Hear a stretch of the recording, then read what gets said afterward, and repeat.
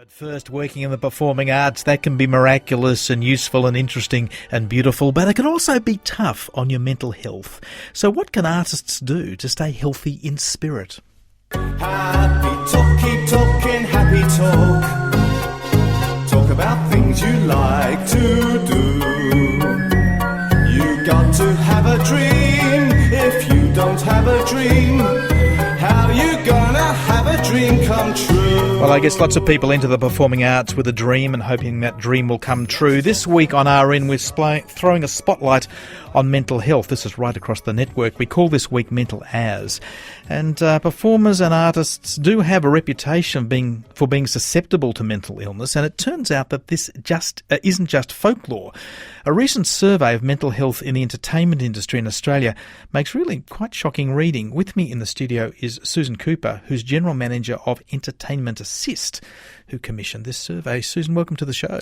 Good morning. Nice to have you here. So this survey makes, disturbing reading. Can you give us a sense of just how bad this problem is? We've heard many anecdotal stories over the years, and one of the challenging things that came across to us that something hadn't been done as far as researching really what the problem was. And to cut a long story short, we in the entertainment industry here in Australia, and that's across all of the industry, from performers to backstage crew, we have a suicide rate that is more than double that of the Australian population. Our anxiety of severe to moderate anxiety is 10 times that of the Australian population. And probably our most commonly reported mental health illness is depression, and that's 5 times that of the Australian population. So it really is worse. So this is among performing artists in particular, is it? That's all across all parts of the performing arts industry. So from people that you see on the stage or on the screen or on film, right through to people you don't see. So it could be directors, producers, sound and lighting technicians, stage managers, costume designers, people like yourself. And so it's there's never actually been a study, funnily enough, worldwide that actually includes all facets across all genres of industry. So we're talking about, what, rock and roll, theatre? Absolutely everything. Dance, ballet, that's right. Classical music? Yes, circus. High-end arts, right across to the popular art forms? Absolutely everything. Gosh. And did you know it was going to be this bad when you were involved in setting up the survey? I think that we've heard anecdotal stories for so many times, so there was an understanding that, yes, it wasn't going to be good. But I think when you see sort of numbers on a piece of paper and you go, wow, that's actually people, they're our people, they're experiencing all these challenges, and a lot of it is silent, particularly with a road crew and sound and lighting techs and those that we call our black T-shirt brigade, and they're probably 5 to 1 for those that we see in the public life. There are those that are supporting artists. And they carry an enormous burden as far as the hours that they work and many of the challenges that they face. So because there hasn't been a single study done anywhere in the world on them, that actually was an absolute eye-opener. So how was the study done and who did it? I mean, convince me that it has clout. It does. We went into partnership with Victoria University, who actually conducted the study on our behalf. We went out and made sure that we reached as far and wide across Australia as possible. So we went through all states and territories of Australia, including our Indigenous population, and had 2,904 people of the industry respond. We collected 488,000 data points with collectively over 30,000 years of experience in the industry responding. So it was quite a significant study and something that we're very comfortable gives us a completely accurate snapshot of the industry. And what sort of behaviour are we seeing, or what kind of symptoms are we seeing of mental health? Depression and anxiety, and it's interesting. I think that comes more from the predictors. And if you look at the entertainment industry, it's an interesting industry where the majority of the workers are shift workers, and so I think 16% of the Australian population are shift workers, where we have probably sort of 42% of our industry are shift work, and so that has all sorts of challenges as far as social connections, sleep disorders. We have incredibly high levels of insomnia and sleep disorders. With that, as I said, insomnia, and obviously the impact that has long-term on actually keeping work and social life and maintaining friends and family contacts. Well, it's not just working weird hours, but I guess there's also the uncertainty of work, because a lot of, by definition, entertainment comes and goes. You're in work for 2 months and then you're out of a gig again. That's right, and very few have tenured or employment, so most are freelance. And that's one of the challenges. And also the challenge is because of changing work patterns and that sense of insecurity, you've also got varying levels of income. And I think one of the interesting things for us is that 63% of performers earn less than $34,000 a year, earn less. So that's the majority of performers in our country earn less than the minimum wage. And of 73% of the entire industry earn certainly less than $60,000, which is the average wage. So the vast majority of our industry are earning very low income levels, and that has an enormous challenge again, of course, on all the things that you can imagine as far as that sense of being able to provide for self, for family, sense of worth, and all the bits that go with that. Now, Susan Cooper, you're the General Manager of Entertainment Assist. What's Entertainment Assist? Entertainment Assist is an organisation that's been developed. We're funded by the Pratt Foundation, and we've been sort of basically started to actually support the mental health of the Australian entertainment industry. We've certainly looked at the space, and there are a lot of wonderful benevolent institutions that actually do support our industry. But what was sort of certainly came to light for us that there are many band-aid fixes, but there really needed to be an organisation looking from the front end of going, we need actually to look at prevention and education so that people can be equipped within the industry to actually sort of self-help along the way. So, and that was a really big challenge for us in looking at, do you actually help the poor fellow that's in a dark room with a bottle in his hand and really sort of about to jump the cliff? And it was a very big decision in that, that's too late. There are some organisations that can help there. We need to actually stop at the first end. And that's why it was so important to do this research study, because you can't affect change unless you know what you need to change. And because we didn't have statistics in this country, and when you're talking to government, of course, you do need to say, look, hey, there is a picture. And so this study has been incredibly important to actually identify the problem, and then for us, of course, to work towards what that solution is going to be. Well, let's talk about solutions in a moment. This is Books and Arts on RN. It's Mental Health Week, or Mental As we call it here on RN. And all through the week there'll be stories about mental health and mental illness and mental well-being here on the network. And you're listening to Books and Arts, where we're talking about the struggles and the challenges that are faced by people who are working in the entertainment industry, particularly in the performing arts. Now, also with us are Matt Heyward, who's a performer in musical theatre and one of the organisers of a recent awareness-raising event at Her Majesty's Theatre in Melbourne. Hi, Matt. Hi, how are you? Good. And Lucinda Sharpe joins us. She's a psychology consultant with the Australian Ballet School. Hi, Lucinda. Hi, Michael. So you're a psychologist working with dance students, obviously, at the ballet school, and I think also with musos at the Australian National Academy of Music. What are the main areas of stress in these young performers' lives? I think when you're looking at those particular performers, you're looking at people with a great deal of drive and determination, which is fantastic, but they're usually highly perfectionistic, which is common across a lot of the industry. And there's a lot of competition to get the limited places that exist, and that sense of that dream that you mentioned earlier, trying to fulfil that childhood dream. It can be exciting but very stressful. Yeah, one of my colleagues here at RN is Amanda Smith, who is trained as a dancer, and she has horrific stories about the pressure that young dancers were under in the old days, where people who didn't get basically told off and reduced to tears felt that they'd been ignored because they weren't actually getting the teaching they needed. There was pressure to lose weight that was obviously not very healthy. Has there been some shift in the culture of teaching dancers? Certainly. There certainly has, and there's a wonderful generation of new teachers coming through. That doesn't mean that some of those old-fashioned practices don't still exist, which is quite distressing, but I started at the Australian Ballet School in 2000, and we started then setting up programs of prevention, as Susan mentioned, which is so important. I'm really passionate about that education, not just for the dancers coming through, but for the trainers, the teachers, the coaches in whatever area it is, to really understand that you don't have to use those harsh practices to get wonderful results. What about classical musicians? Because there you are working at the Australian National Academy of Music, and time and again I've met musicians who dreamed of being a concert performer, who felt that they could go all the way, and one day they have the realisation that actually they don't have whatever that special extra bit is that you need to be a star. It's just not there for them, even though all their lives they've been told how brilliant they are. That must be a challenge. That is an incredible challenge, and it also comes with it, is it your own personal realisation, or has someone had to tell you sometimes if you come to that realisation yourself, you can adapt maybe more easily.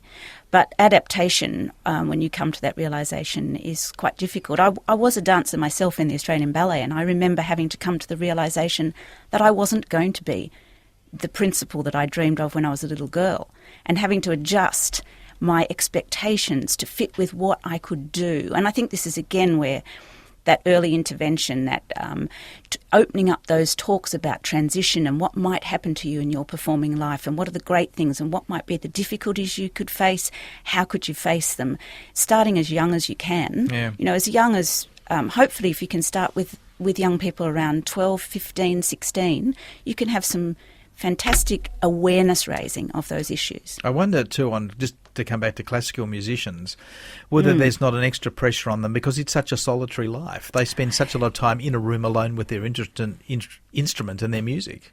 Yes, and I did have a case of someone I knew who was training to be a concert pianist, and his realisation that he wasn't going to make it wasn't so much about his talent but about the lifestyle.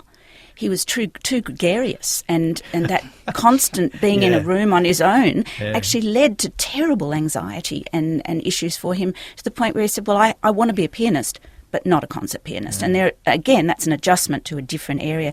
But it's been interesting working at the Australian National Academy of Music. The competition for places in orchestras is extraordinary. And those people, those young musicians in their mid-20s, are working such intense and long hours. And I'm so glad they've opened up a whole health and welfare program at the Australian National Academy of Music. It's to be really applauded. So, Matt Heyward, you're a musical theatre performer. I think you're currently in Les Mis in Sydney, but you've also been in lots of big productions. You've played in Mary Poppins and Mamma Mia, a host of shows. Have you found that there are stresses on being a performer that have affected your mental health? Yeah, absolutely. I wasn't so aware of it when I was coming into the industry, because you're young and fearless and ready to take on the world. But once you get into that music theatre schedule, which is quite relentless, really, it's 8 shows a week plus understudy rehearsals if you're doing that kind of thing.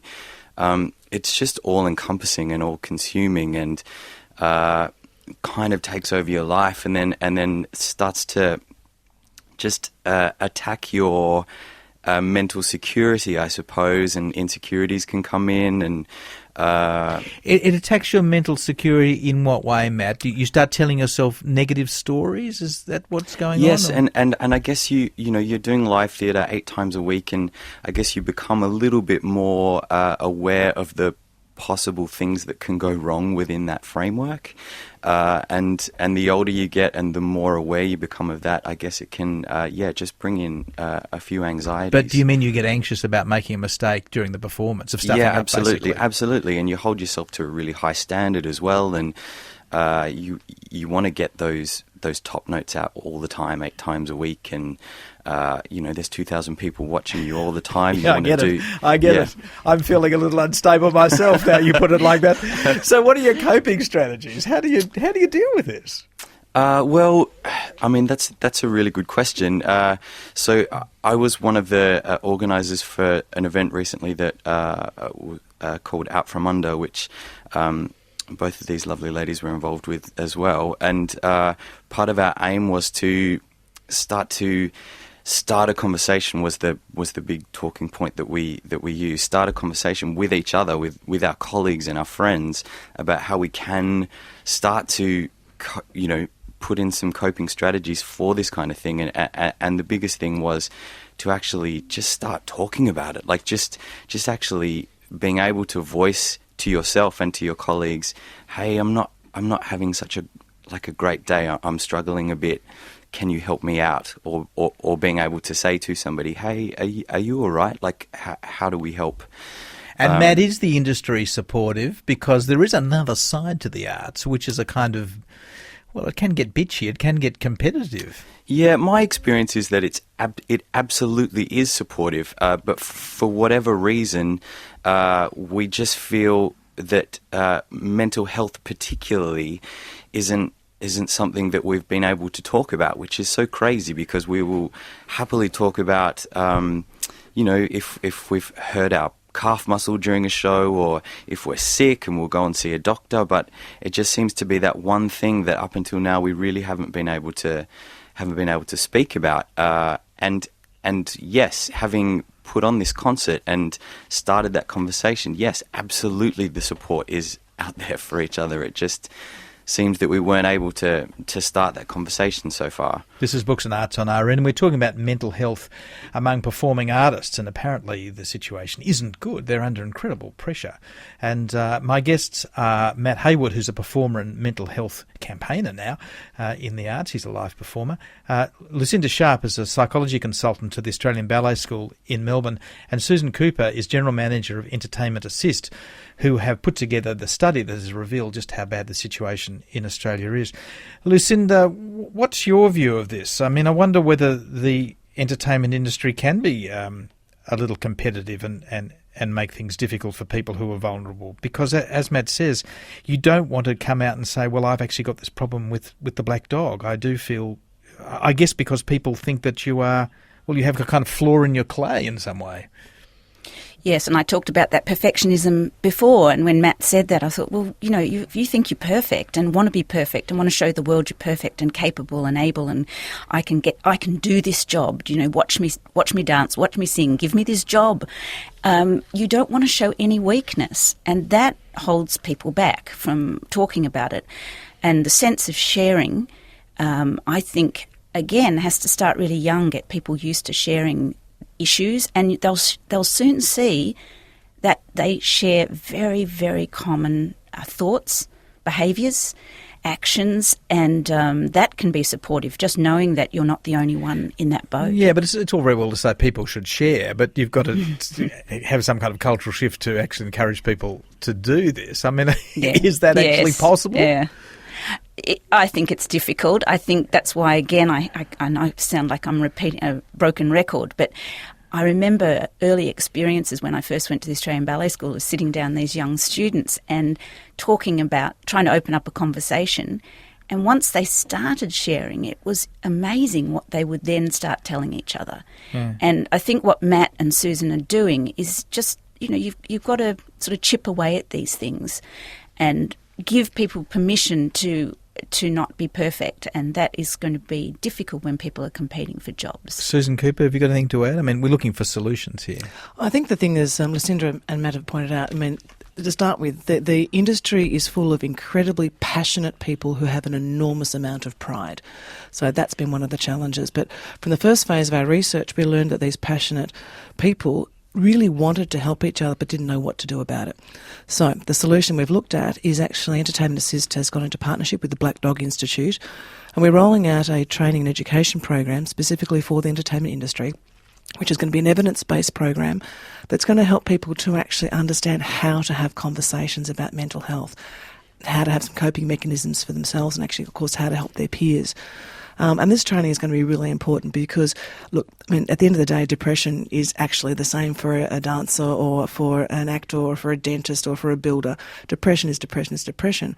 But our industry in particular has not been informed on how to deal with those sorts of things and how to actually have those conversations for fear a lot of the time. And we've talked about, getting the job, and it's a fact of life. There are way fewer job vacancies than there are for the number of people in the industry. But the key thing, as Matt said, that deep down inside, people do want to help each other. They want to be supportive. They just need to know the tools and how to do that. So our program, Entertainment Assist program, is called Intermission, and that program is free to industry workers, and that's also really important. So a person can come along. It's a 3-hour session, and they'll just learn some basic skills on how to deal with people, and if someone presents with an issue, and how to actually communicate that.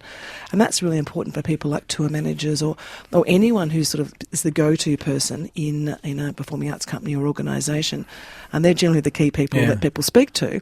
And just knowing what to do, because there can be be really confronting if you know someone's not well, and then you go, gosh, well, what do I actually do? So this program Intermission will give the people the skills, and eventually work towards that sense of generational change. So the message that's coming from all three of you as we wind up is talk about it. It's the big thing is it is actually okay to talk and ask for help. Yeah. To have heart, and that's one of our key say. messages, have heart. Talk and ask for help. Well, thank you to all three of you for coming in. It's an important issue, and it's clearly all around us. It's been interesting to hear. And if I could all three perhaps of you. just direct people to our website, entertainmentassist.org.au. We'll put that link on our website. Thank you. Susan Cooper is General Manager of Entertainment Assist. Matt Heyward is a performer, and he's been very active in drawing attention to mental health issues in the arts. And Lucinda Sharpe is a psychology consultant to the Australian Ballet School in Melbourne. And I'd love to know your thoughts and experiences on this very important topic. It's obviously not limited to people in the arts. All across our activities, all across our lives, mental health is a challenge. I'd love to know what your stories are on this and what you found is a way through. Perhaps talking about it is ultimately the only way through. And of course, if you're experiencing any of these issues yourself and you need to talk about them now, you can call Lifeline on 13 11 14. That's the Lifeline number, 13 11 14, or call Sane Australia. The helpline there is 1800 18 SANE. That's 1800 18 7263. Across Australia, this is RN. You're listening to Books and Art.